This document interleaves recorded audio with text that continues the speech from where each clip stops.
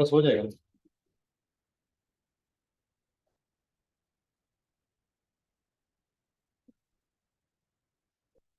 Tick tick tick.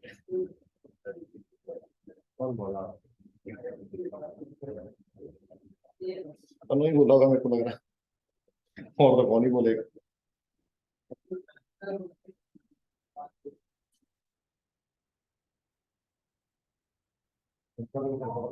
Hmm?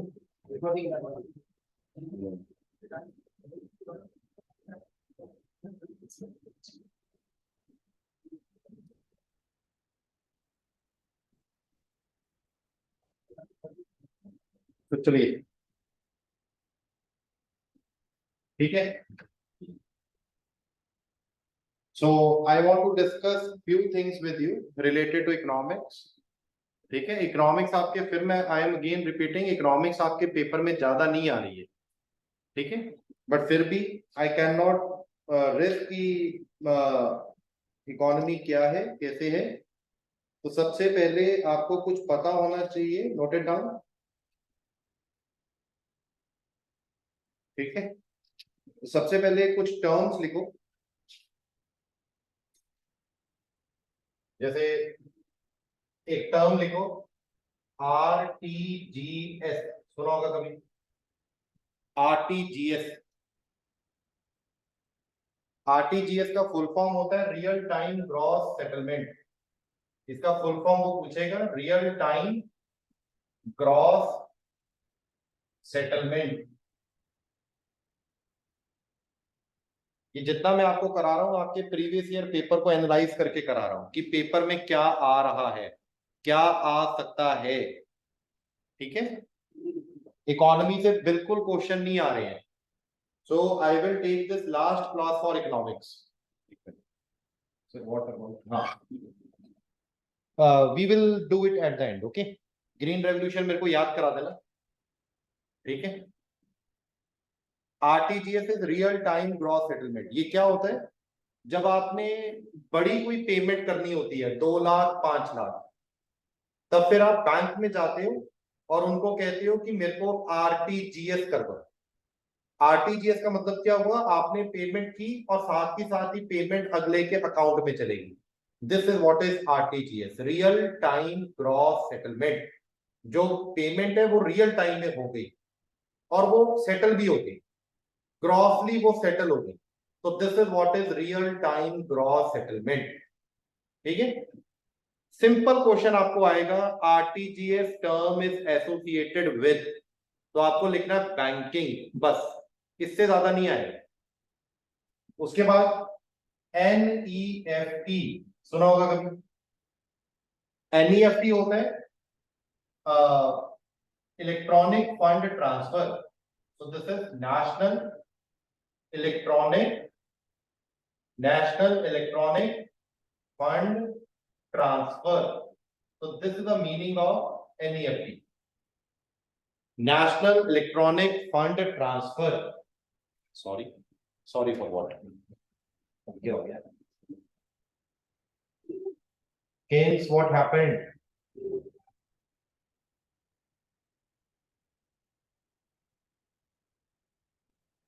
Hence, sorry means, why are you writing sorry? Please speak up, yaar. I have to take the class. Can you repeat? Yes, sure. Why can't I? RTGS का मतलब है real time gross settlement. Real time gross settlement का मतलब है आपको कोई payment करनी है, बड़ी पेमेंट, 2 लाख 5 लाख 10 लाख 15 लाख। आप बैंक में जाओगे कि सर मेरे को आरटीजीएस करना है, मेरे को पेमेंट करनी है, और मैं ये चाहता हूं कि वो पेमेंट अभी के अभी सेटल हो जाए, अभी के अभी उस आदमी के अकाउंट में चले जाए। तो that is what is RTGS. ठीक है, so don't go into the detail ये क्या है, बट आप नॉर्मल याद रखो, RTGS is a term related to banking. जैसे आपके पेपर में अभी अभी एक रिसेंटली वर्ड पूछा गया था, यूपीआई की full form. What is the full form of UPI? Simple question. तो यूपीआई की फुल फॉर्म है unified payment interface, unified payment interface. So this is the meaning of UPI. It is Unified Payment Interface. ठीक है, मैं आपको वही करा रहा हूं जो मैं इधर ऑफलाइन क्लास में भी वैसे ही करा रहा हूं. ठीक है, सेम टू सेम. हो गया. अब फिर लिखो, अब 4 टर्म्स लिखो. अब लिखो आप जीडीपी, फिर हम लिखेंगे एनडीपी, फिर हम लिखेंगे जीएनपी, फिर हम लिखेंगे एनएनपी. ये क्या है? तो ये डायरेक्ट फुल फॉर्म आपसे पूछता है.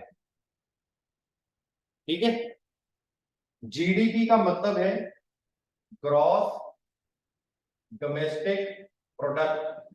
I am not explaining what it is. अगर मैं इन 4 टर्म्स को एक्सप्लेन करूंगा तो आई नीड 2 आवर्स, 2 घंटे. मैं सिर्फ ऊपर ऊपर से जा रहा हूं जितना आपके पेपर की डिमांड है. जीडीपी का फुल फॉर्म है gross domestic product.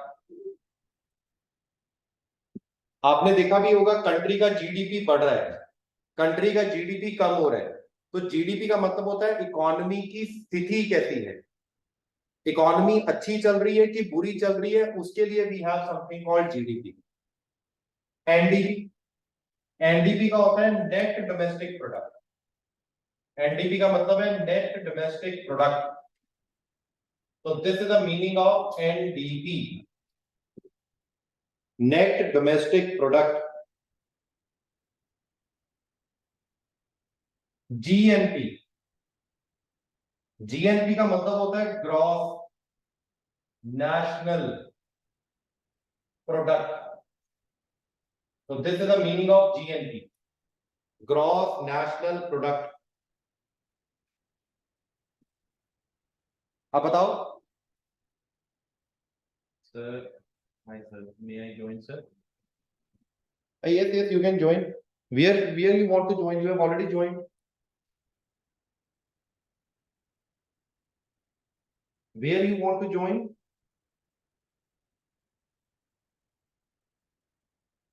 Techi Juma.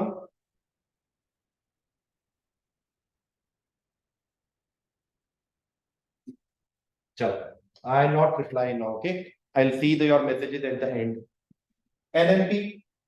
NNP का मतलब होता है नेट नेशनल प्रोडक्ट. तो this is the meaning of NNP, net national product.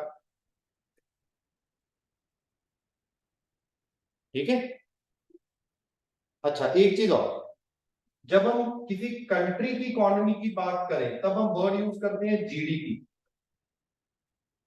ठीक है, अगर हम कहें अरुणाचल प्रदेश, अरुणाचल प्रदेश की इकोनॉमी, तब हम वर्ड यूज करते हैं जीएसडीपी.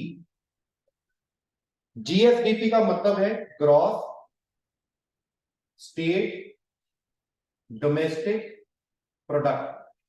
जीडीपी है पूरे कंट्री के लिए जीडीपी, और स्टेट के लिए ये बन जाता है GSDP, gross state domestic product. ये भी एक चीज मार्क करो.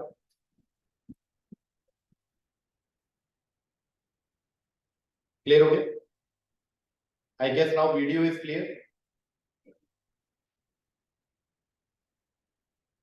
ठीक है, तो कभी टाइम मिलेगा वी विल सी कि ये क्या है. ठीक है, बट आप अभी तक इनकी फुल फॉर्म याद रखो कि ये फुल फॉर्म क्या है. चलिए, सो अब आगे आए. अब आगे कॉपी में 2 वर्ड्स लिखिए, market price and factor cost. I will write on board. I know this is boring क्योंकि प्रॉपरली एक्सप्लेन नहीं कर पा रहा हूं, बट ये जो इकोनॉमी है, जब आप एपीसीएस की तैयारी करोगे तो this is the most interesting subject, economy. ठीक है, चलिए. Now write down market price. तो एक वर्ड आता है मार्केट प्राइस, एक वर्ड आता है फैक्टर कॉस्ट. सो एक word is factor cost, market price and factor cost. जैसे मान के चलते हैं ये कोई कंपनी, या हम कोई मान के चलते हैं बस्ती, इस बस्ती में लगाया टमाटर। अब बताओ बस्ती में टमाटर सस्ता होगा कि टमाटर महंगा होगा? ऑब्वियसली सस्ता होगा। हमने मान के चला ₹20 पर केजी। अब जैसे ही ये टमाटर बस्ती से निकलेगा, अब इसके ऊपर सरकार लगाएगी टैक्स, लगेगा। अब जब सरकार टैक्स लगाएगी तो टमाटर महंगा होगा। हमने बोला 20 के ऊपर 20 टैक्स लगा दिया, प्लस कर दिया। अब आपको लगा सर ये तो बहुत महंगा हो गया 40। अब सरकार देगी आपको सब्सिडी। सब्सिडी का मतलब होता है कम, वो सरकार अपनी तरफ से पैसा देगी। जैसे सरकार ने कर दिया -10, सरकार ने कर दी सब्सिडी, सस्ता दे दिया आपको। अब टोटल कॉस्ट ऑफ कितनी होगी बताओ टमाटर की? अब टोटल कॉस्ट इस मार्केट में कितनी होगी? तो ये होगी ₹30। सो टमाटर की जो प्राइस यहां पर है इसको बोलते हैं factor cost. This is factor cost. और टमाटर की जो प्राइस मार्केट में है this is known as market cost. Clear हो गया? ठीक है। सो टमाटर दो तरीके से इसको हम मेजर कर सकते हैं। किसी भी प्रोडक्ट को हम दो तरीके पे मेजर कर सकते हैं, फैक्ट्री पे जहां पे प्रोडक्शन हो रही है, या मार्केट में।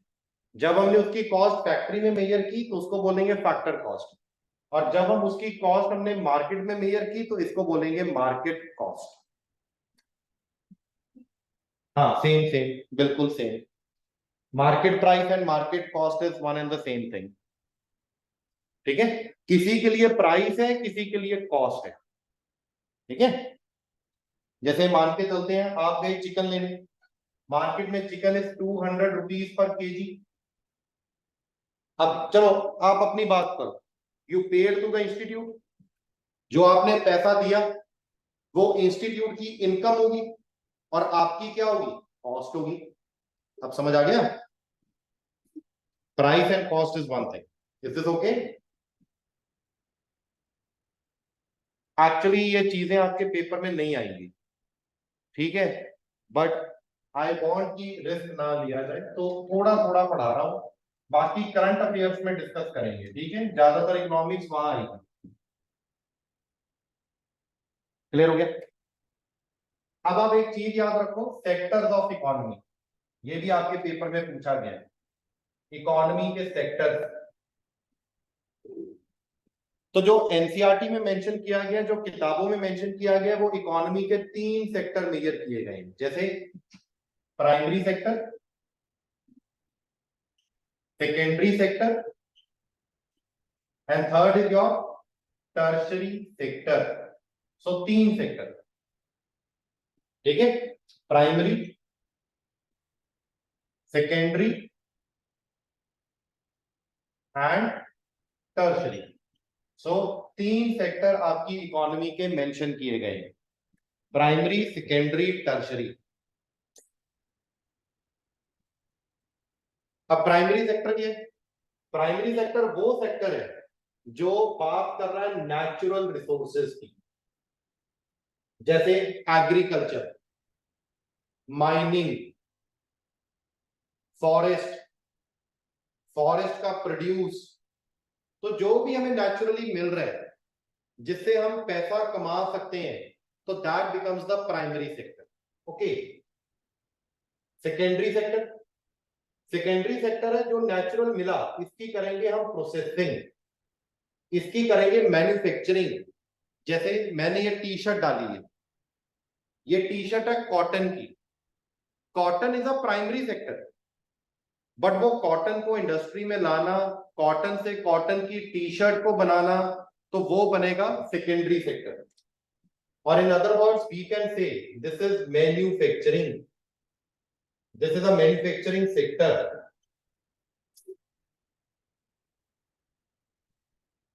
टर्शरी सेक्टर, टर्शरी सेक्टर होती है सर्विस सेक्टर। सर्विस सेक्टर का मतलब जैसे डेंटिस्ट, डॉक्टर, टीचर, इंश्योरेंस, और जो आपको दिखता भी नहीं है, इसीलिए जो टर्शरी सेक्टर है इसको कई बार हम इनविजिबल भी बोलते हैं, इनविजिबल।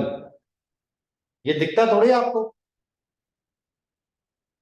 जैसे आप डॉक्टर के पास गए, एमआरआई कराकर आए, आपने उसको 50,000 रुपया दिया, तो घर में तो कुछ भी नहीं लाए, पर पैसा तो देकर आए।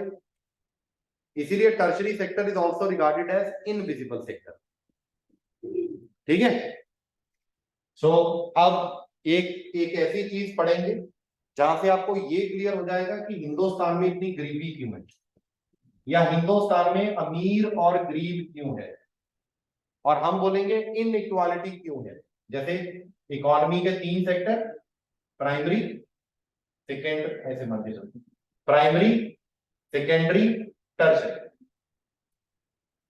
अब हम मान के चलते हैं 100 रुपया है इंडिया के पास, 100 रुपया। हम ये भी मान के चलते हैं कि इंडिया के पास 100 लोग हैं, पॉपुलेशन इज 100। तो 100 रुपए में से 15 रुपए इज कमिंग फ्रॉम एग्रीकल्चर, 15 रुपए इज कमिंग फ्रॉम मैन्युफैक्चरिंग, और कितना मिसिंग है? 70। 70 रुपीज आ रहे हैं टर्शरी सेक्टर से।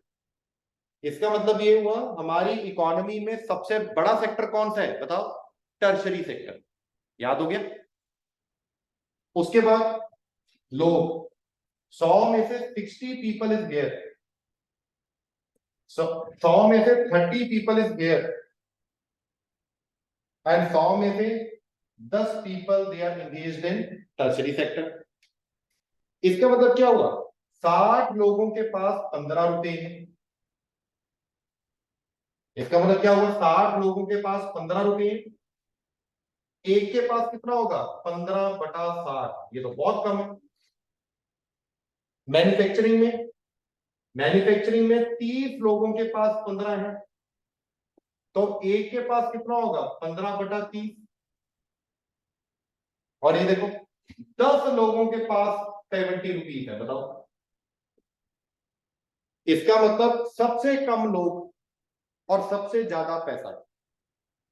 इसीलिए इंडिया में इनइक्वालिटी बहुत है।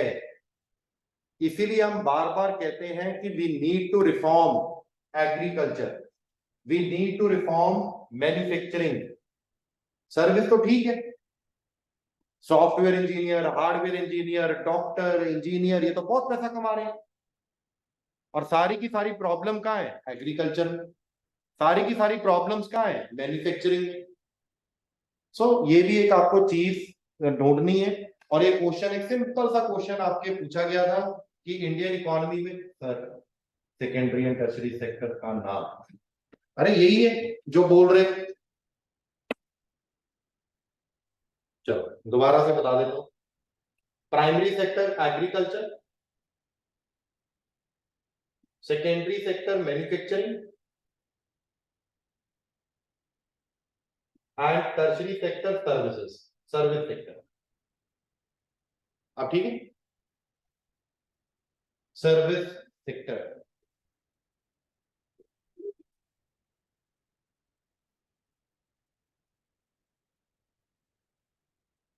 क्लियर हो गया? चलो अब एक चीज लिखो, father of economics, father of economics, और you should write macro economics, father of macro economics. और इसको आप ये रखोगे, जॉन मेनार्ड कीन्स।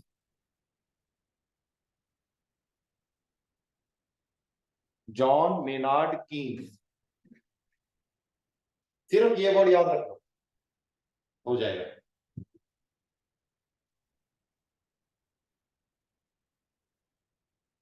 ठीक है, चलो अब एक वर्ड लिखो। चलो हम थोड़ा सा चलेंगे तो इधर उधर।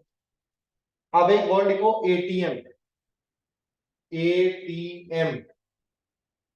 और मेरे को एटीएम की फुल फॉर्म बताओ कोई आदमी। What is the full form of ATM?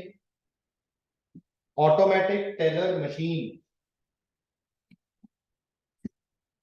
ATM की जो फुल फॉर्म है that is automatic teller machine.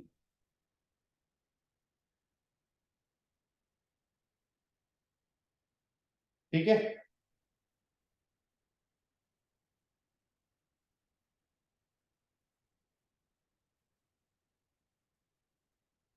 अब एक वर्ड लिखो, बॉम्बे स्टॉक एक्सचेंज। ये वर्ड लिखो, BSE, NSE। BSE का फुल फॉर्म है बॉम्बे स्टॉक एक्सचेंज। NSE का मतलब है national stock exchange. Stock exchange समझते हो, शेयर मार्केट। और हम कहते हैं कि स्टॉक मार्केट ऊपर जा रही है, स्टॉक मार्केट नीचे जा रही है, तो उसका कोई मेजरमेंट होना चाहिए ना। जैसे थर्मामीटर डाल के आप टेम्परेचर चेक करते हो कि बॉडी का टेम्परेचर कितना है, ज्यादा है कि कम है। तो बॉम्बे स्टॉक एक्सचेंज का जो थर्मामीटर है, इसको बोलते हैं सेंसेक्स। पक्का सुना होगा, सेंसेक्स।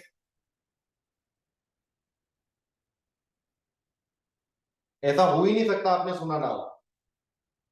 और नेशनल स्टॉक एक्सचेंज, इसका जो वो है थर्मामीटर है, इसको बोलते हैं निफ्टी। ये इंडेक्स है, सेंसेक्स एंड निफ्टी। और ये आपके पेपर में पूछा गया है। और ये पूछा गया, Sensex is an index of which stock exchange. तो सेंसेक्स जो स्टॉक एक्सचेंज है वो बॉम्बे स्टॉक एक्सचेंज का इंडेक्स है। और सेंसेक्स में ये भी क्वेश्चन पूछा जा सकता है, सेंसेक्स में कितने शेयर आते हैं, 30। और निफ्टी में कितने आते हैं, 50। Nifty is also known as Nifty 50। Is it okay?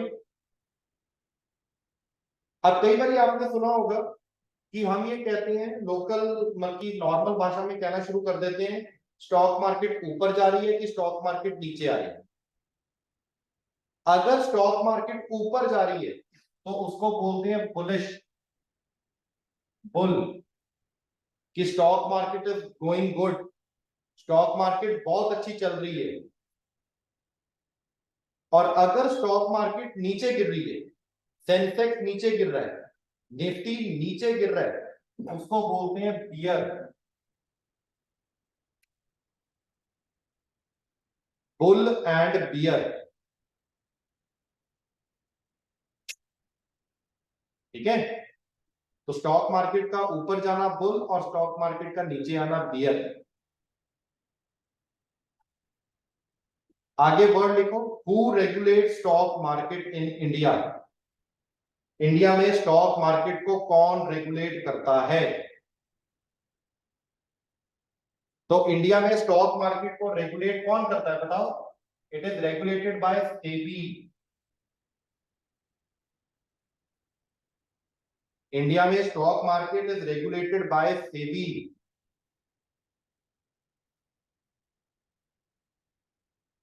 SEBI बना था 1992 में।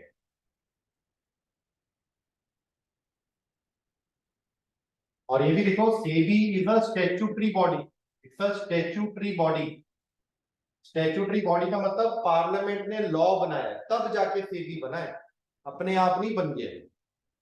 सो parliament has made a law, तब जाके सेबी बना है।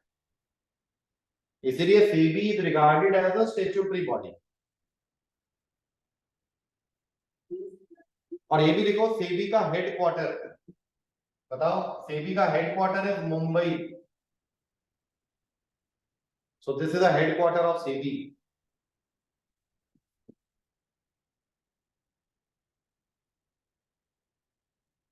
ठीक है। तो सेबी का हेडक्वार्टर इज मुंबई। अच्छा, एक चीज अब आपको गूगल करनी है, सेबी का chairman, note it down. SEBI का चेयरमैन, वो गूगल करो। और गूगल करके अपनी कॉपी में नोट करो। समझ आ गया? क्लियर हुआ? आगे लिखो।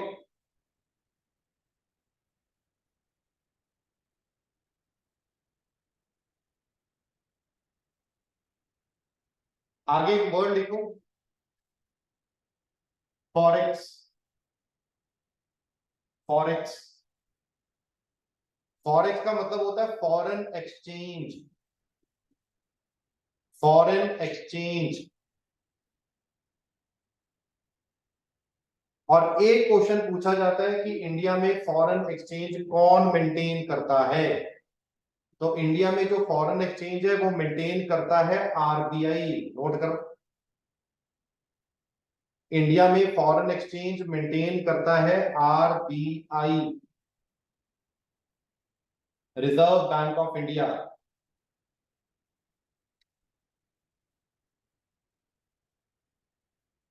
ठीक है।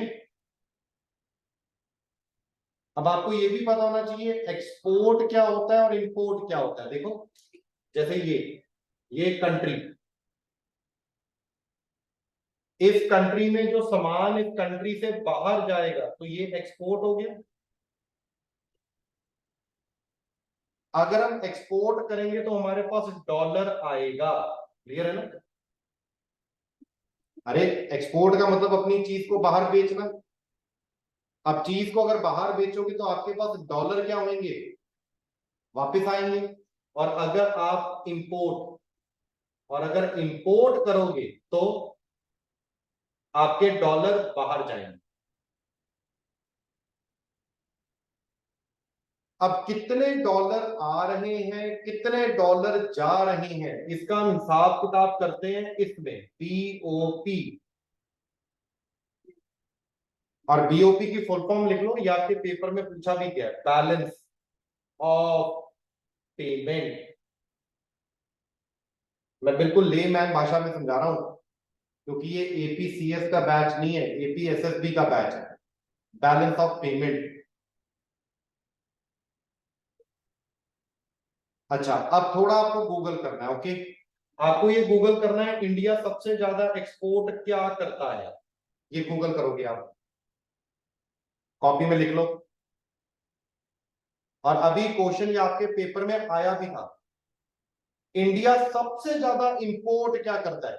इंपोर्ट, ये तो पूरी दुनिया को पता है, इंडिया सबसे ज्यादा इंपोर्ट करता है ऑयल।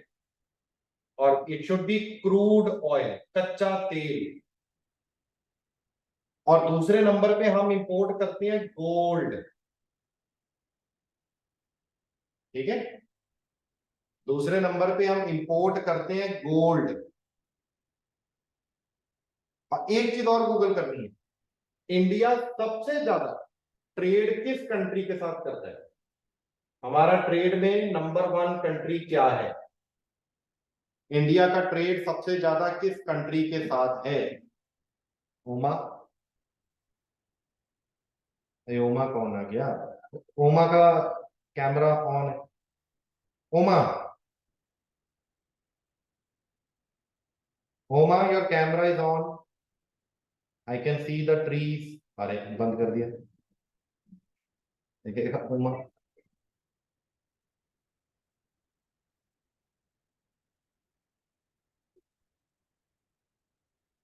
हम्म, ठीक है, क्लियर हो गया। चलो, अब आगे लिखो फॉरेन इन्वेस्टमेंट। एक टॉपिक लिखो, फॉरेन इन्वेस्टमेंट। मैं आपको आहिस्ता आहिस्ता सारे टॉपिक्स टच करा रहा हूं। ठीक है, जितनी जरूरत है। Foreign investment. अब जो फॉरेन इन्वेस्टमेंट होती है वो दो तरह की होती है, एक होती है एफडीआई, एक होती है एफआईआई। देखो, फिर आगे ना फुल फॉर्म।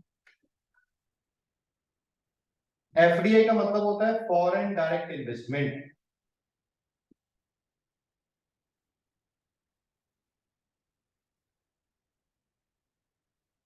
और हमेशा याद रखना है, ये जो इन्वेस्टमेंट है ये लॉन्ग टर्म है।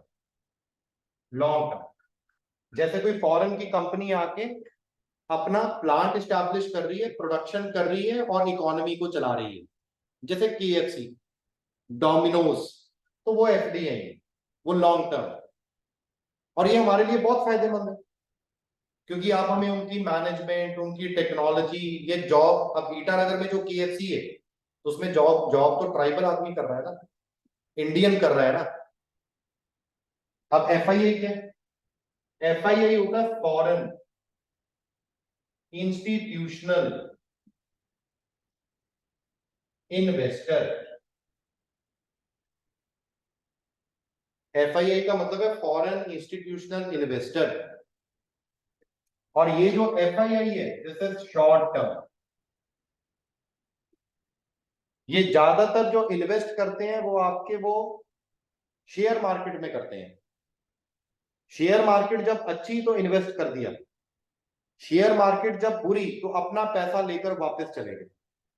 इसीलिए these people they are known as fair weather friends. So they are known as fair weather friends. बस एक क्वेश्चन याद करना है, इसकी full form long term, full form ये शॉर्ट टर्म, बस।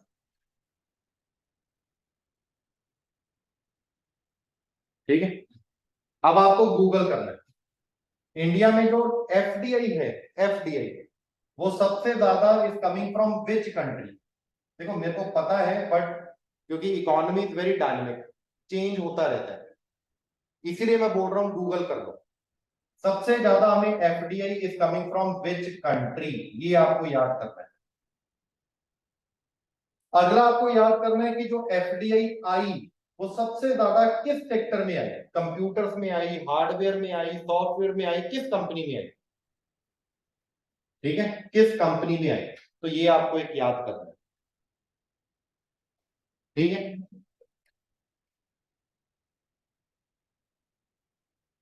अब लिखो आगे। अब एक एप्पल का CEO लिखो, who is the CEO of Apple?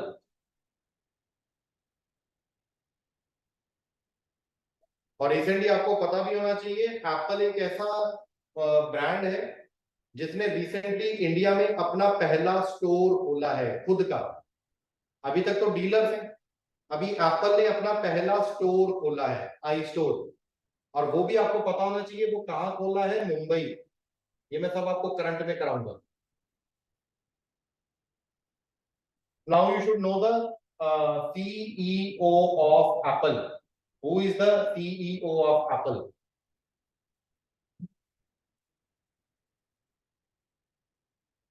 ठीक है, उसके बाद आपको पता हो गूगल का CEO कौन है, गूगल।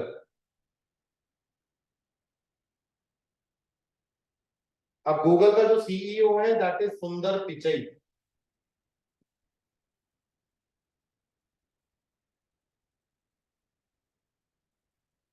ऐसे ही आपको पता हो टेस्ला। ये क्वेश्चन अब आने के बहुत चांसेस हैं, टेस्ला, क्योंकि ये अभी इंडिया आके इसका CEO प्राइम मिनिस्टर मोदी को भी मिला है। एप्पल का CEO भी मिला है मोदी को। टेस्ला का जो CEO है दैट इज इलॉन मस्क। और इसकी एक कंपनी है जिसका नाम है स्पेस एक्स।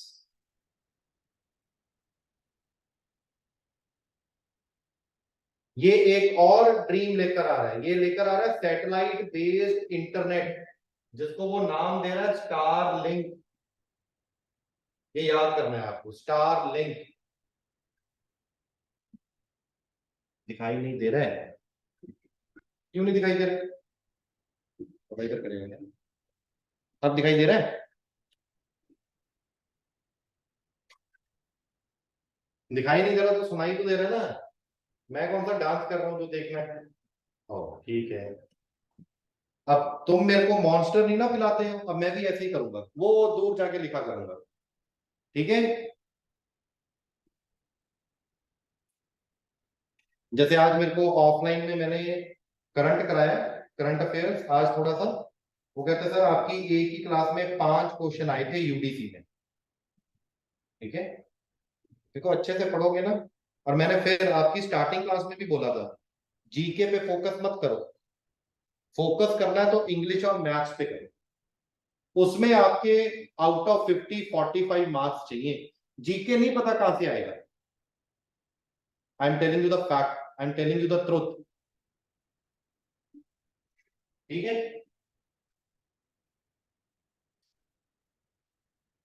अब लिखो जरा। अब मैं थोड़ा सा एक्स्ट्रा जा रहा हूं। आपको मैंने दो चीजें पहले दिखा दी थी, वर्ल्ड बैंक का हेडक्वार्टर, वर्ल्ड बैंक का हेडक्वार्टर और इसका सीईओ, ये आपको पता होना चाहिए। आईएमएफ मैंने आपको लिखा दिया था। अब very important, ADB, very important, इसका headquarter Manila, Manila is the capital of Philippines और इंडिया इसका मेंबर है। बस इतना ही याद रखो, India is a member of ADB. एक रिसेंटली इंडिया ने दो बैंक ज्वाइन किए हैं, AIIB, इसकी फुल फॉर्म है Asian infrastructure and investment bank. ठीक है, और इसके आने के चांसेस बहुत हैं। अब इसका हेडक्वार्टर कहां है, बीजिंग। ऐसे ही एक बैंक है NDB, very important, NDB bank. This bank is also known as BRICS bank.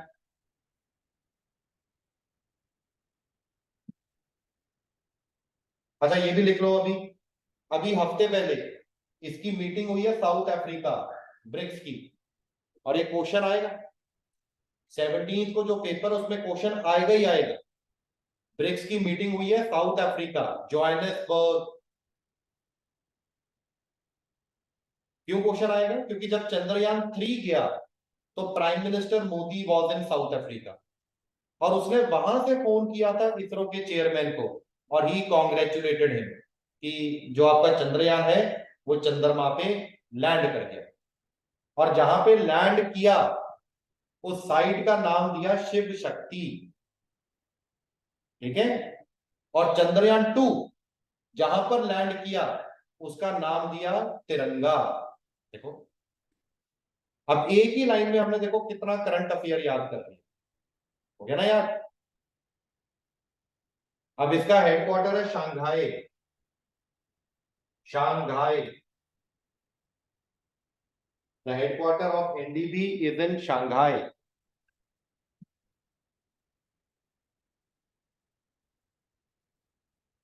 Is this okay?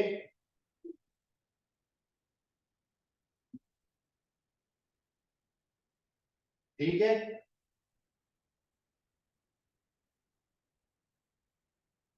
तो this is what is your Shanghai. Am I done? तो इकोनॉमी का जो ज्यादातर पार्ट है that we will be discussing in successive classes, that we will be discussing in current affairs also, क्योंकि economy सारी current है। ठीक है, बट एक लास्ट टॉपिक जो कल हमारा मिस हो गया था, दैट वाज ग्रीन रेवोल्यूशन। थोड़ा थोड़ा ग्रीन रेवोल्यूशन के बारे में, और अब खुद से डिसाइड करना है, मेरे को बताना या सर को बताना मंडे से हम कौन सा सब्जेक्ट शुरू करें। ठीक है, चलो। अब ग्रीन रेवोल्यूशन कल मैंने डिस्कस किया था,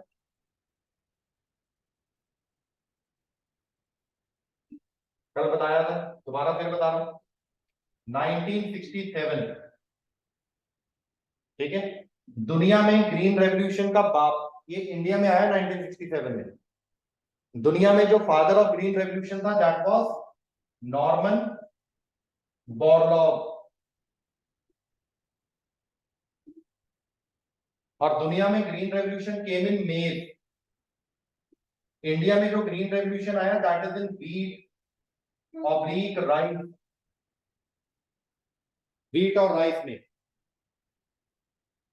और इंडिया में जो फादर ऑफ ग्रीन रेवोल्यूशन कल बताया था MS स्वामीनाथन,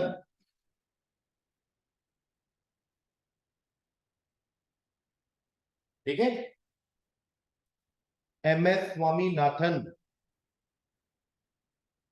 अब ग्रीन रेवोल्यूशन का मेन फोकस था सीरियल, जैसे व्हीट और rice.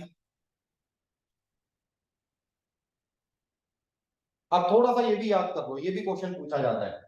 Wheat is a rabi crop जो ठंड में लगाई जाती है। Rice, rice is a kharif crop जो गर्मी में लगाई जाती है। और क्या हो गया, नहीं 67। एक्चुअली वो पीरियड ऐसा है कि वो काफी टाइम से चल रहा है, बट ज्यादातर जो किताब है उसमें 67 को मेंशन किया गया, 64 65 भी लिखा गया है। आप उस यार इसको थोड़ी कोई पूछेगा, ये तो वैसे ही इंट्रोडक्शन के लिए। खरीफ एक क्रॉप और पूछी जाती है, कॉटन। तो cotton is also a kharif crop, ठीक है। अब सुनो जरा ध्यान से। अब ग्रीन रेवोल्यूशन की सीरियल है।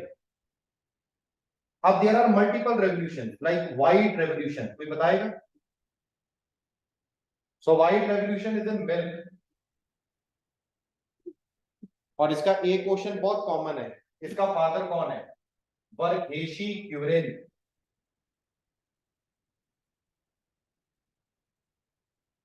वर्गेशी क्यूरेन।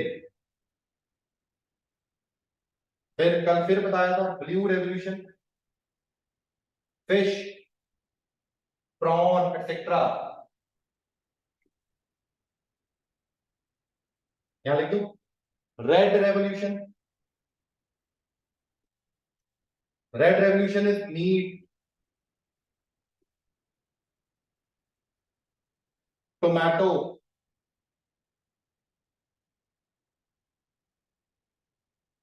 Pink revolution, pink revolution prawn, onion.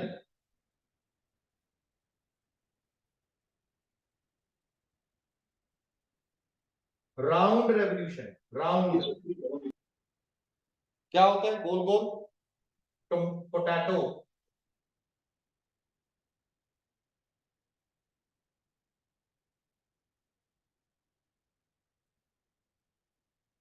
ठीक है, और बताओ। Silver fibre, silver fibre cotton.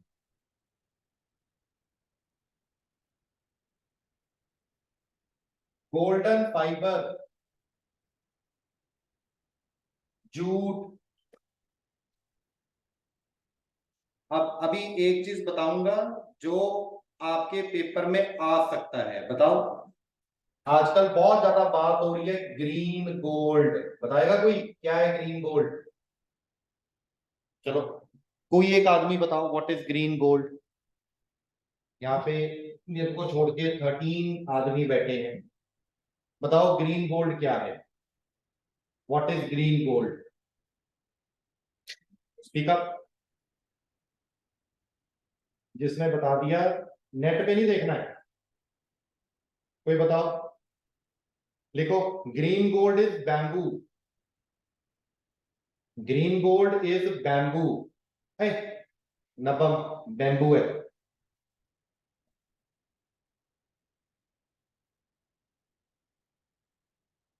Monster नहीं बनाओगे ना, ऐसे ही गलत आंसर आएंगे, ठीक है। तरम पाबिन का है, मॉन्स्टर तो नहीं पिला रहा है क्या बेटा हुआ? एक भी आदमी ने मॉन्स्टर नहीं पिलाया, मैं कब कब बोल रहा हूँ। पंजाब में होते तो मॉन्स्टर मॉन्स्टर कर देते हैं। ये नहीं कि सर आप इतनी एनर्जी लगा रहे हो एक मॉन्स्टर पिला, और जिसको पिलाना है हमारे फोन नंबर पे जीपे कर देना, यही हमारा फोन पे जीपे नंबर है, ठीक है। 814655 है 20928।